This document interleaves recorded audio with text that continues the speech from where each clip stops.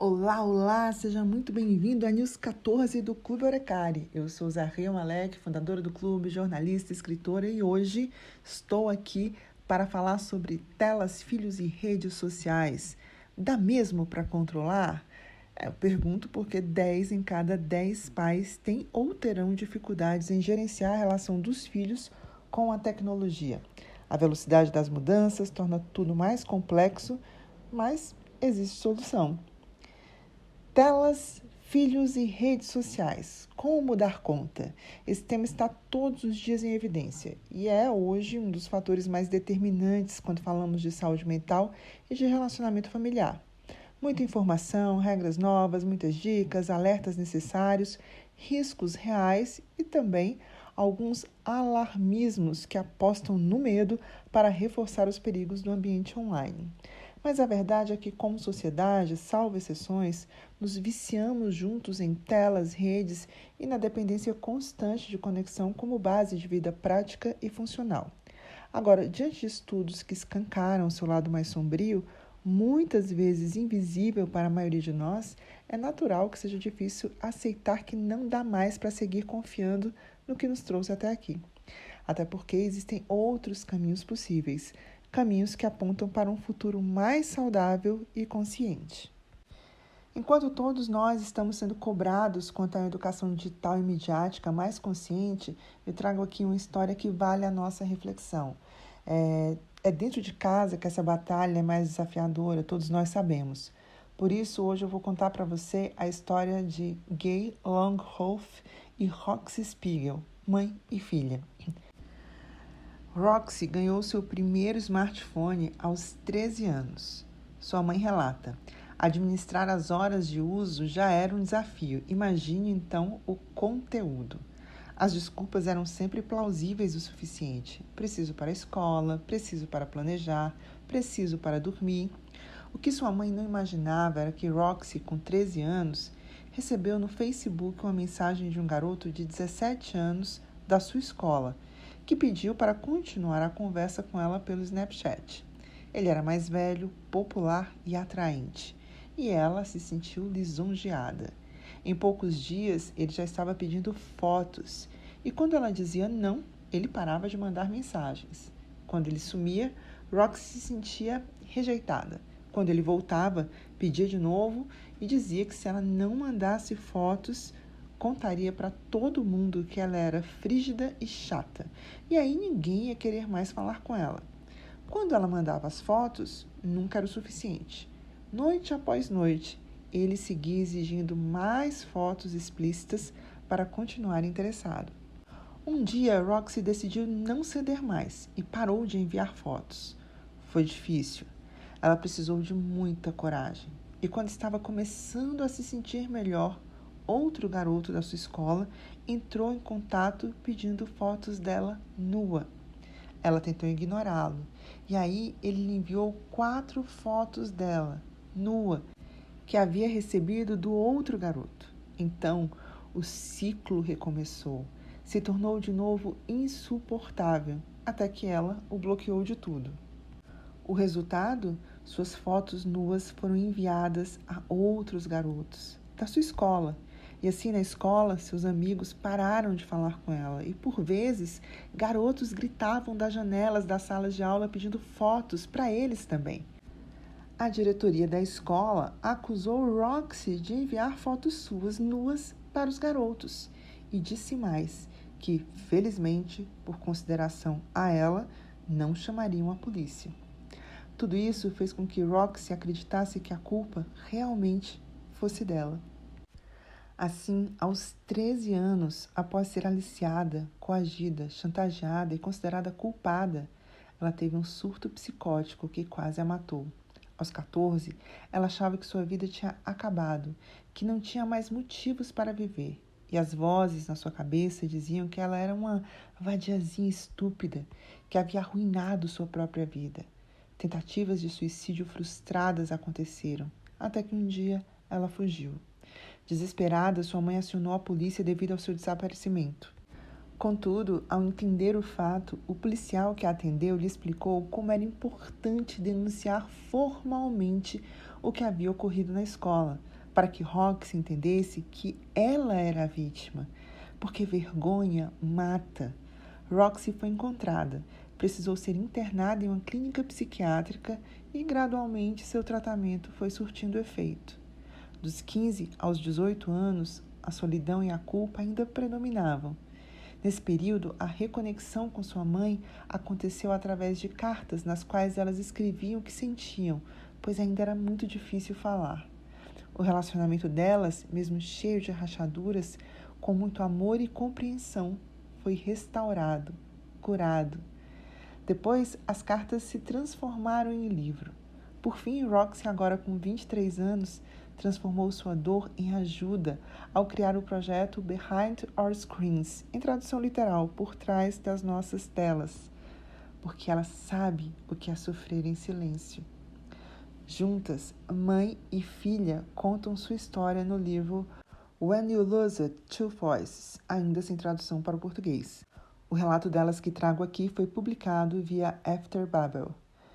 Vamos falar agora um pouquinho de segurança digital, porque nesse momento há um movimento global que luta pela proibição do acesso às redes sociais para crianças e adolescentes. Países como Dinamarca, Itália, França e Alemanha variam um pouco a idade base de acesso às redes sociais, mas de forma geral mantém esse acesso a partir dos 13 anos com consentimento dos pais. 13 anos, mesma idade que Roxy recebeu seu primeiro smartphone. 13 anos, mesma idade em que ela declara: quando aprendíamos sobre segurança online na escola, sempre parecia algo completamente distante da nossa realidade. Os professores não entendiam e as informações pareciam muito distantes das nossas experiências. Os estudos de caso pareciam extremos e, sinceramente, eu achava que jamais seria a pessoa tola o suficiente para acabar nessas situações. Não havia a menor possibilidade disso acontecer comigo. E essa impressão é que muitos pais, mães, estudantes, na verdade a gente nunca acha que vai acontecer com a gente, né? Agora vamos vir aqui um pouquinho para o Brasil, porque no Brasil, a partir de 2026, daqui a pouquinho, o acesso às redes sociais para menores de 16 anos passa a depender da vinculação a um responsável e de mecanismos de proteção mais rígidos. Com isso, as recomendações serão as seguintes: a partir dos 12 anos, fica liberado o acesso a aplicativos de mensagens como o WhatsApp, desde que os pais possam controlar as funções e o uso.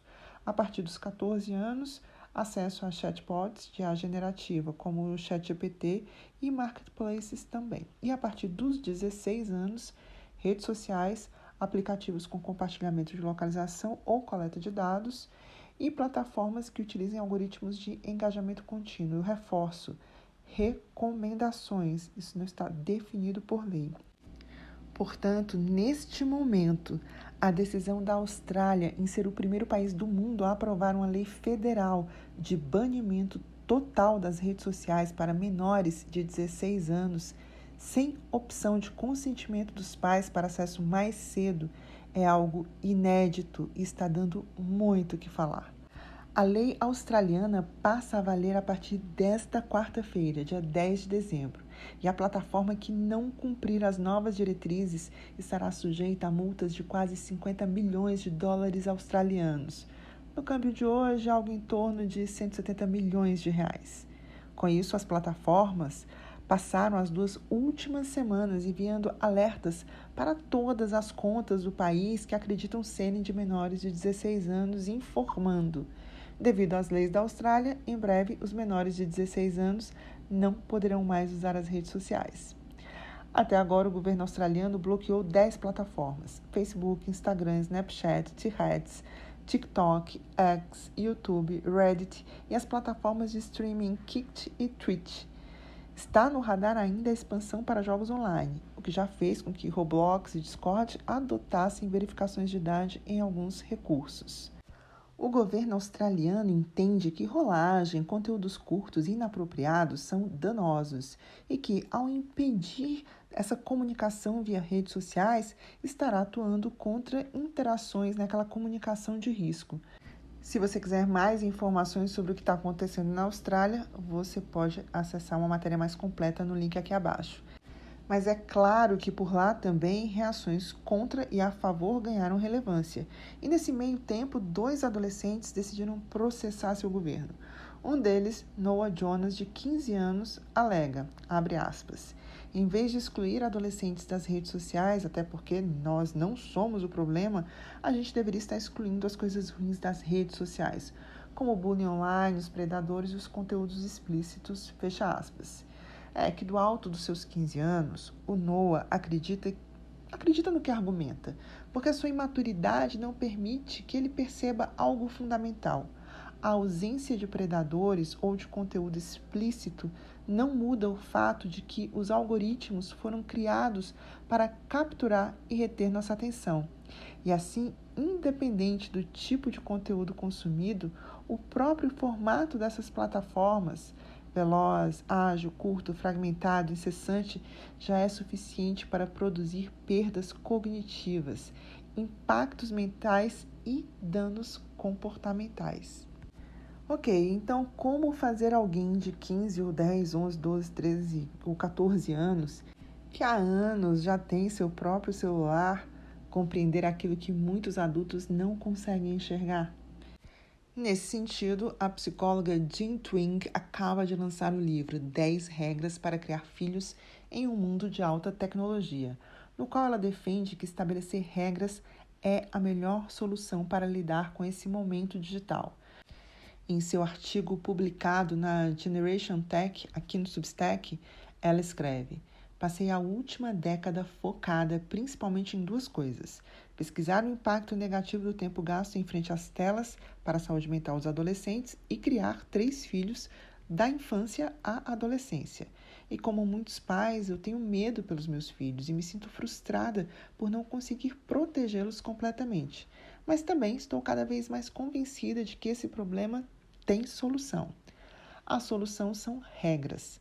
Não regras vagas ou ambíguas, não regras do tipo cada criança é diferente, não regras lúdicas do tipo nada de tecnologia, não regras do tipo vamos apenas conversar com as crianças, mas sugestões concretas para adiar e limitar o uso de dispositivos, permitindo que seus filhos participem do mundo moderno da tecnologia. Conversar simplesmente não basta. Crianças precisam de regras porque são crianças.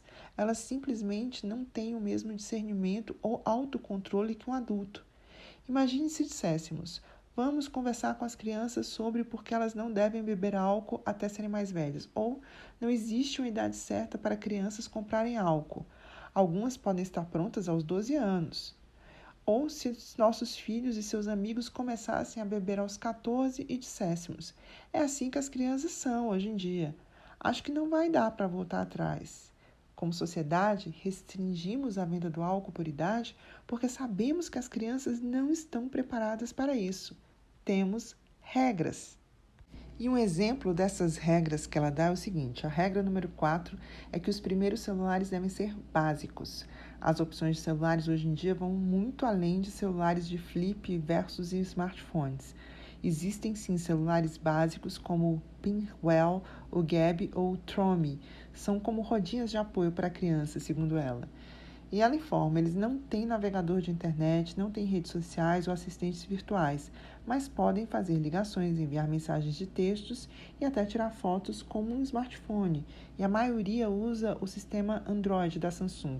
Então, se você quer que seu filho use redes sociais somente a partir dos 16 anos, e esse é um consenso cada vez mais crescente, os celulares básicos vão facilitar bastante esse processo, permitindo que as crianças mandem mensagens para os amigos, tirem fotos, interajam de alguma outra forma, sem ter a necessidade da rede social. Porque monitorar é cuidar, né? Inovação e tecnologia trazem com elas erros e acertos. Por isso, esse é o tempo de compreender melhor como seguiremos daqui para frente.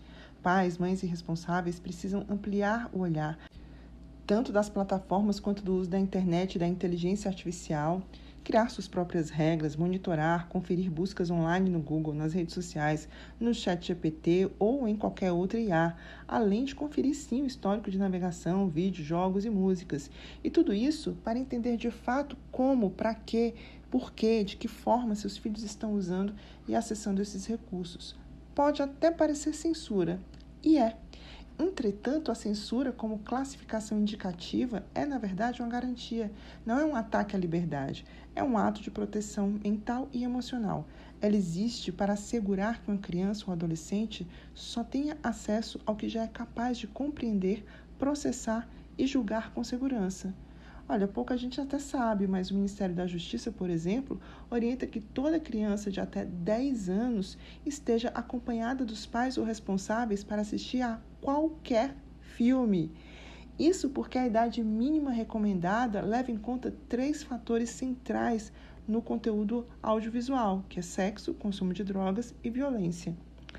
Por fim, por mais que você seja um pai ou mãe super presente, com vínculos profundos e conversas esclarecedoras com seus filhos, e por mais inteligentes ou maduros que eles pareçam, lembre-se, existe um tempo certo para cada etapa da vida, inclusive para o desenvolvimento da compreensão profunda e do julgamento crítico no ambiente digital.